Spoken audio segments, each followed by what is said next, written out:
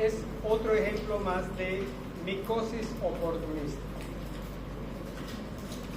El neumocistis es un agente biológico que fue descubierto en Sudamérica hace más de 100 años, en forma conjunta con el Trypanosoma cruzi. Así que, ¿dónde creen que se ha descubierto el neumocistis?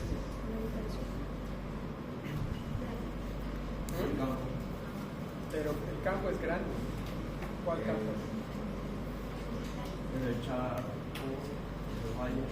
Los investigadores lo encontraron en Brasil y seguramente en Argentina. ¿Sí? Así que este organismo fue detectado juntamente con el Trypanosoma cruzi y pensaban que era un parásito. Pero desde el año 88 se sabe que es un hongo. ¿De acuerdo? Es un hongo. Bueno, ¿dónde se encuentra el neumocistis? Se encuentra en todas partes, en la tierra, en el aire y en la superficie. ¿Qué porcentaje de la población está infectada? Se han hecho estudios y se ha encontrado que el 70% de los niños de hasta 4 años ya están infectados con neumocistis. Así que imagínense, a la edad de ustedes debe ser el 100%. ¿Sí? Entonces la infección está en todo el mundo. ¿Cuándo se hace evidente? Cuando hay disminución de la inmunidad. En el caso de VIH, cuando disminuye los niveles de CD4 a menos de 200. O cuando el paciente tiene otra enfermedad inmunosupresiva, por ejemplo que toma corticoides, o que tiene cáncer, o que está trasplantado. Entonces, esos son los grupos de riesgo en los cuales va a aparecer la neumonía por neumocistis. En los casos de VIH, cuando aparece con este nivel de CD4, eso ya pertenece a una categoría de VIH que significa SIDA, síndrome de inmunodeficiencia adquirida. Es decir, que está en una fase de inmunosupresión severa. Y en esos casos, ¿qué riesgo de muerte tiene el paciente? Hasta el 40%, inclusive con tratamiento. Así que es una enfermedad con un riesgo alto de muerte. ¿Cuáles son los síntomas? ¿Cuál es el cuadro clínico? El paciente tiene disnea progresiva. Este es un cuadro clínico de evolución subaguda a crónica. Entonces el paciente se queja sobre todo de que le falta aire. A eso se agrega que tiene escasa tos seca y fiebre. Puede tener además pérdida de peso, podría tener además algún malestar torácico precordial. Pero lo más importante es que tiene disnea progresiva, tos seca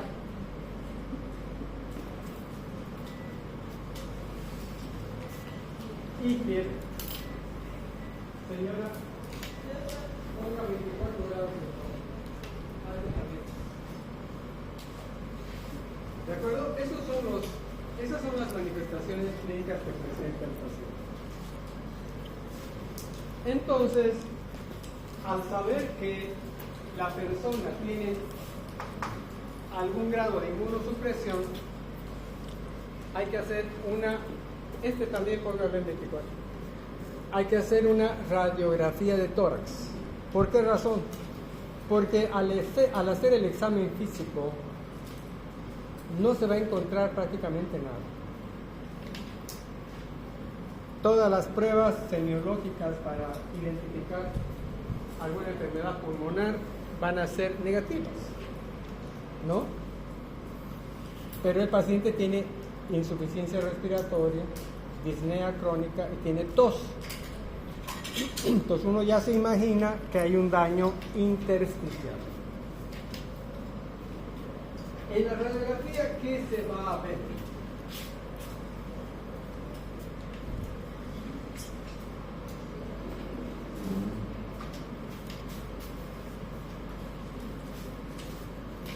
En la radiografía, primero se va a ver que la silueta del corazón está de tamaño normal. Por lo tanto, la disnea no es de origen. ¿De qué origen?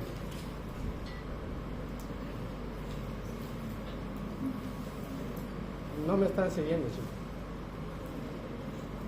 Al decirles este dato, ¿qué es lo que estoy descartando?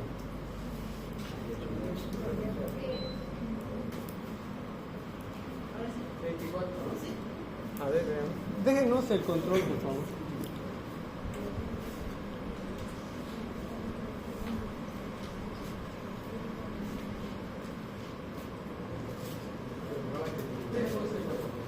Bueno, se descarta que el origen de la disnea sea cardíaco. Así que pongan atención, chicos, no se duerman. Pues yo les voy a preguntar a medida que avance. Y lo que se ve en la radiografía es un infiltrado intersticial, sobre todo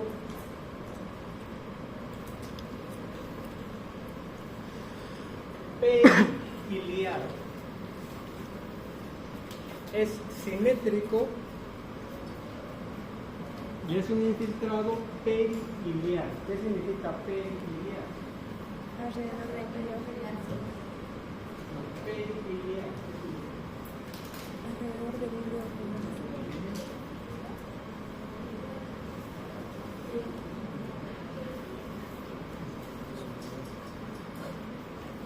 ¿Se acuerdan de la anatomía del pulmón? El idiopático. ¿No se acuerdan?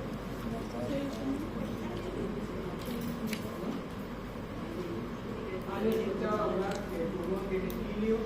Sí. Entonces, periliar. Es un infiltrado intersticial periliar. Insimétrico. Entonces, la radiografía nos está mostrando que hay un proceso inflamatorio en el intersticio, pero no en los alvéolos. Y esa es la causa por la cual el paciente tiene disnea y tiene tos seca, no productiva. Probablemente tenga algún grado de malestar precordial y fiebre. ¿De acuerdo? Bueno, al paciente se le tiene que hacer expectorar, porque el paciente tiene tos, ¿de qué tipo? Seca. Entonces hay que hacerle expectorar. Y para hacerle expectorar hay que inducirlo, haciéndole nebulizaciones con solución concentrada. Con solución salina concentrada, no con solución fisiológica, con solución salina concentrada, de tal manera que el paciente expectore de lo más profundo del pulmón y saque una muestra. Si el paciente no logra expectorar,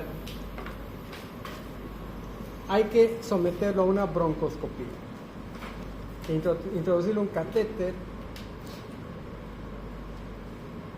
eso lo hace el neumólogo, hace un lavado y aspira lo que lava.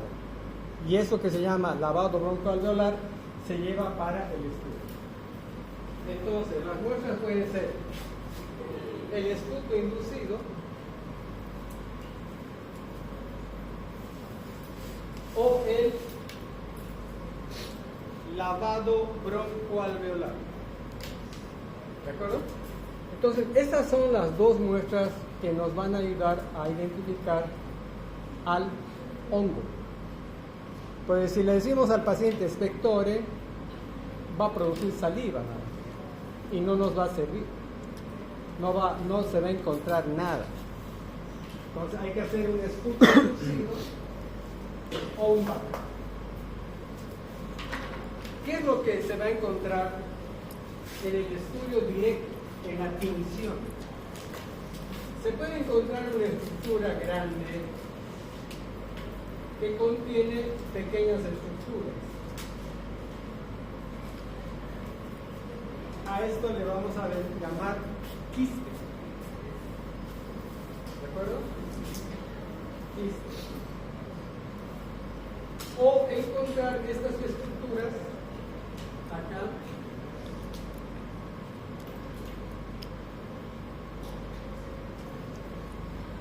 Y a eso se llama cuerpos tróficos. Entonces, tanto los cuerpos tróficos como los quistes que se ven cuando se utilizan divisiones especiales, hay cuatro tipos de divisiones que se usan para ver aquello. Entonces, esa va a ser su primera tarea de investigación. ¿Qué divisiones se utilizan para identificar los quistes, el neurocístico o los cuerpos tróficos del neurocístico? Entonces, esa es la única manera de identificar que estas estructuras son las que están produciendo el daño intersticial.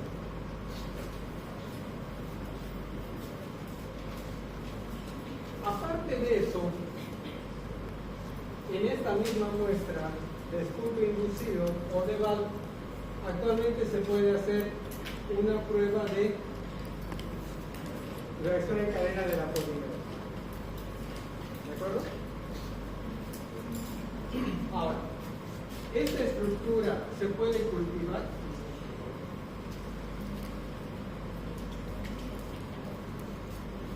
Esta es otra pregunta de investigación. ¿De acuerdo? Esta estructura, el quiste o el cuerpo trófico, se puede cultivar. ¿Sí? Entonces, este procedimiento lleva tiempo.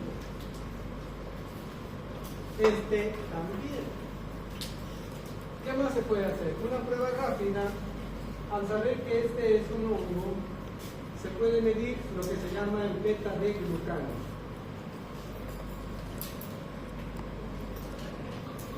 ¿De acuerdo? El beta-D-glucano, que es un componente de la pared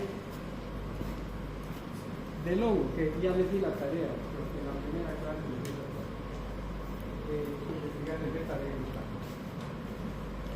Entonces, en el momento que yo veo a este paciente, que sé que tiene factores de riesgo, me cuenta sus síntomas, lo examino, no encuentro nada, le pido una placa de tórax y en la placa veo esto, yo ya tengo la sospecha clínica de que estoy frente a una neumonía por neumocistis. Para demostrar la presencia del hongo le pido esto, para ver esto y también esto. Esta prueba va a llevar tiempo, horas, quizás días. Esta prueba es más rápida, pero lleva horas. Entonces, ¿qué hago? Voy a esperar iniciar el tratamiento hasta que haya el resultado. No. Se inicia el tratamiento en el momento en que, desde el punto de vista clínico, yo sospecho que el paciente tiene esta neumonía. El tratamiento se inicia con la sospecha clínica. Los resultados se toman las muestras para identificar. Eso va a llevar su tiempo, porque hay que nebulizar, o hay que llamar al neumólogo para que le haga la endoscopía. Eso lleva tiempo, toman la muestra, mandan al laboratorio. Los patólogos son los más cómodos, son los profesionales más cómodos. Reciben la muestra y les dicen, el resultado va a estar en 10 días.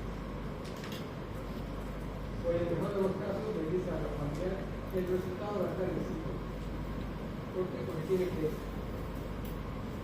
teñir esa muestra con esos colorantes que se llaman. Y en base a eso dice, existe la presencia de quistes, no existe la presencia de cuerpos tóxicos de hemocisto. Y eso confirma, pero el paciente ya empieza a recibir su tratamiento acá. Esto tarda y lo único que va a hacer es confirmar. ¿De acuerdo? Ahora, la prueba de PCR depende de la muestra que se toma. Si la muestra es representativa, la PCR va a ser positiva. Pero si la muestra no es representativa, la PCR va a dar negativa.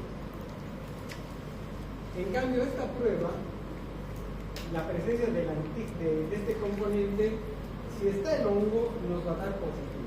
Así que puede haber dos posibilidades. Que la prueba esta sea positiva y que esta prueba sea negativa.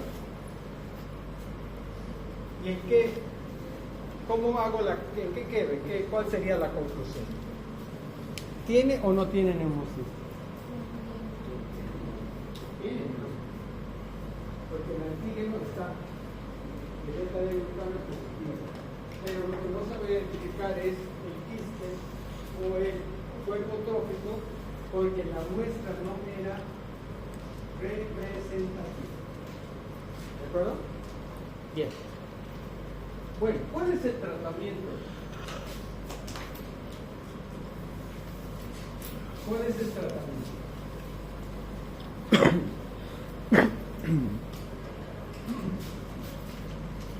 El tratamiento es administrar cotrimoxazol.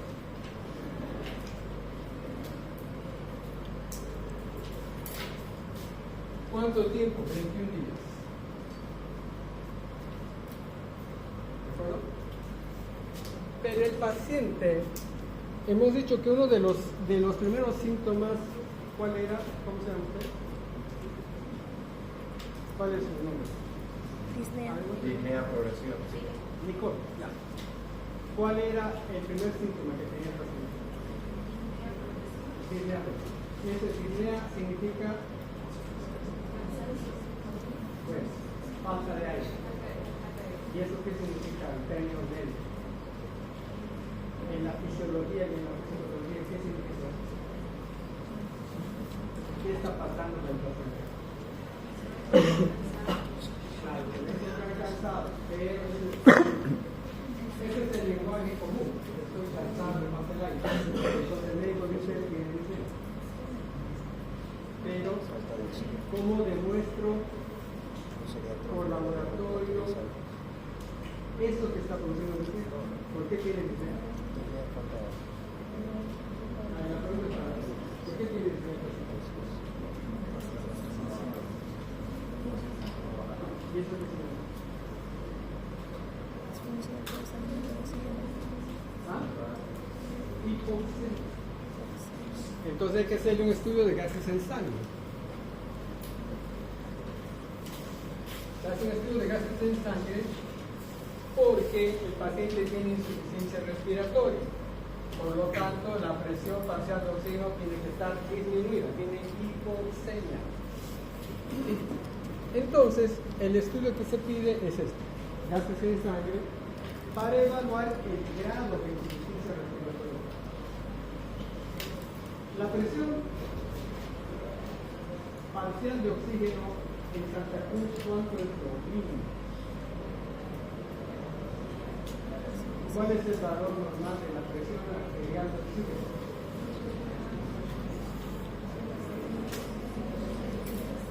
¿Mm?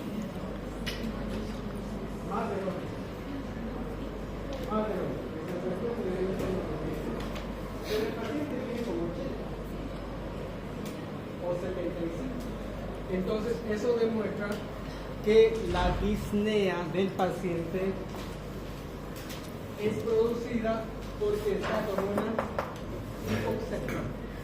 ¿Por qué tiene hipoxemia? Porque hay daño intersticial. Entonces, esto va a servir para eliminar el óvulo, pero no va a servir para esto. Entonces hay que agregarle acá corticoides.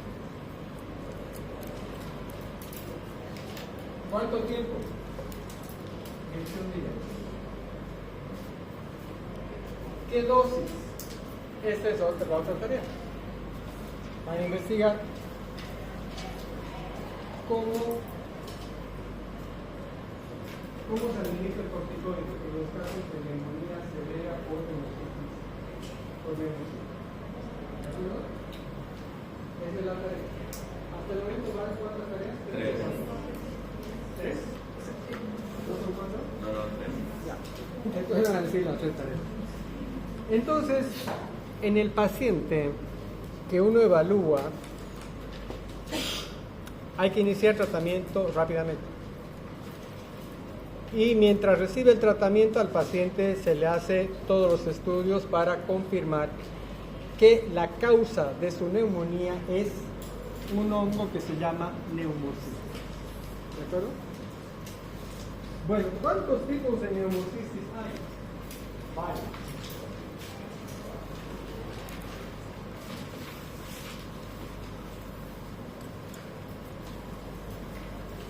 Varios.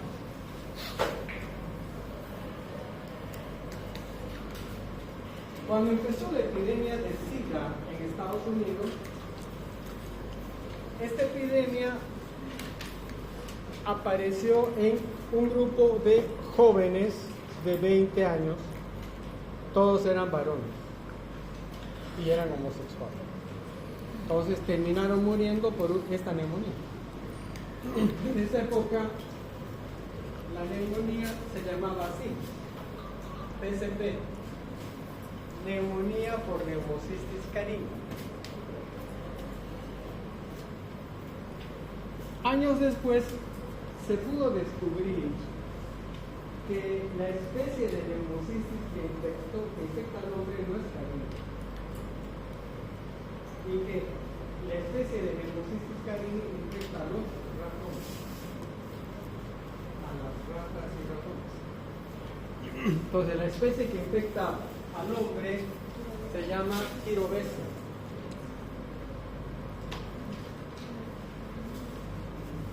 ¿De acuerdo? Entonces, la especie infectante para el hombre es Neumocystis girovesi. La especie infectante para el ratón, para la rata, es el Neumocystis carini. Pero históricamente, cuando apareció la epidemia de neumonía en los homosexuales, con ella medicina, se le dio el nombre de Neumocystis carini, porque no se sabía que había una especificidad, que el Neumocystis carini no infecta al hombre, sino a las ratones, y que el Neumocystis girovesi infecta al hombre. O sea, hay una asociación de especies, ¿de acuerdo? Entonces el nombre actual es Neumocystis girovesi, y el Neumocystis es un hongo. Y cuando se detectó Chagas, los investigadores pensaban que era un parásito, como el tepanosoma. ¿De acuerdo? Perfecto. Entonces, una vez que termina el tratamiento, debe seguir recibiendo el medicamento del paciente.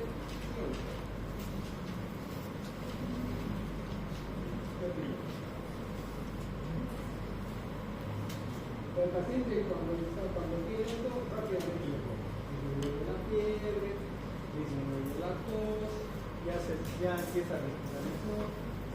Justamente quería mostrar esa foto del paciente que tuve. Al día siguiente el primer día estaba hipoxémico, ¿no? Con máscara, desmeco, la cara colorada. Al día siguiente cuando voy a visitarlo ya me quedo sentado en su cama y desayuno. Al tercer día ya me pedía nada. Pero, entonces, ¿cuánto tiempo debe seguir tomando el tratamiento? 21 días. Estamos hablando de 5 días. Debe seguir el tratamiento. Toda su vida. ¿Mm? Toda su vida. No. Tiene que tomar hasta que el CD4 sea mayor a 200. ¿De acuerdo? O sea, ¿por qué hizo la neumonía? Porque su inmunidad bajó.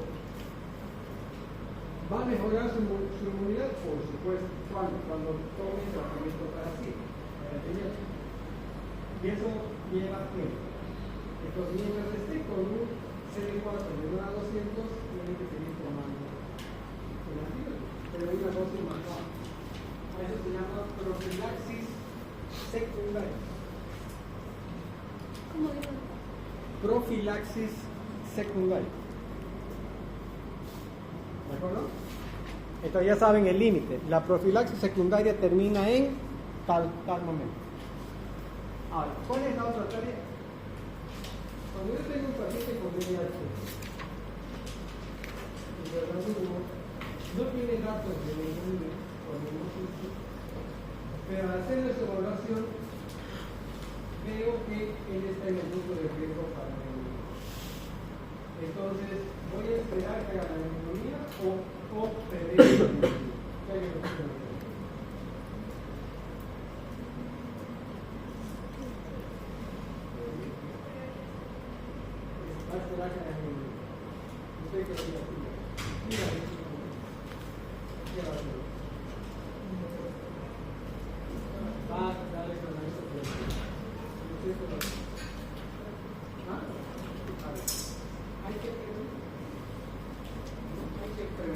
Entonces eso se llama prevención primaria.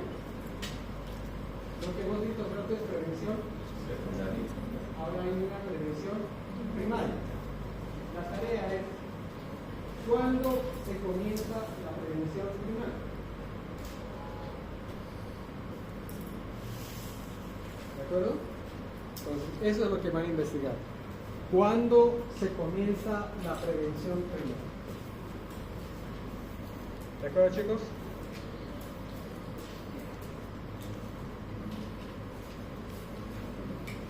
Hay un estudio que es de anticuerpos.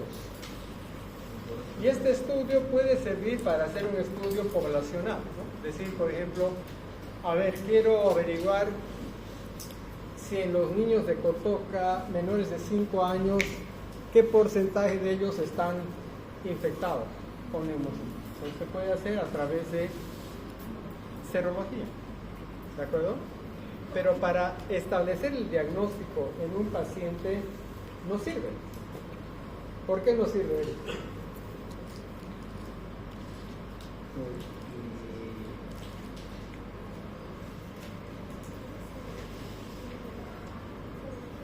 ¿Por qué no sirve? ¿Qué dice Bastián? Después. ¿Por qué no sirve? ¿Ah? O sea, saca el estudio de manera general y no específicamente. Claro, porque lo que va a demostrar es inmunoglobulina. ¿Qué inmunoglobulina va a demostrar? Inmunoglobulina G, la infección antigua. No va a demostrar infección reciente, porque no sirve para hacer diagnóstico de infección aguda, sino para saber y decir, de los 10 que hay acá, 9 tienen infección, porque tienen anticuerpos contra el virus. De los 9 van a desarrollar neumonía, no. A no ser que se infecten con el virus de VIH o tengan alguna enfermedad inmunosupresora. Sí, pero la persona ya sabe, ¿no? Cuando yo tenía 5 años, me registraron que estaba infectado con neumocistis. Ahora que me van a trasplantar, ¿debo recibir tratamiento preventivo? Sí. Porque durante el trasplante mi inmunidad va a quedar por los suelos. Y el hongo va a crecer, ¿no? Entonces, para eso sí. Así que eso puede ser un trabajo de investigación muy interesante, porque se ha escrito muy poco sobre en la población. ¿De acuerdo, chicos? ¿Alguna pregunta? Puede cortar la grabación.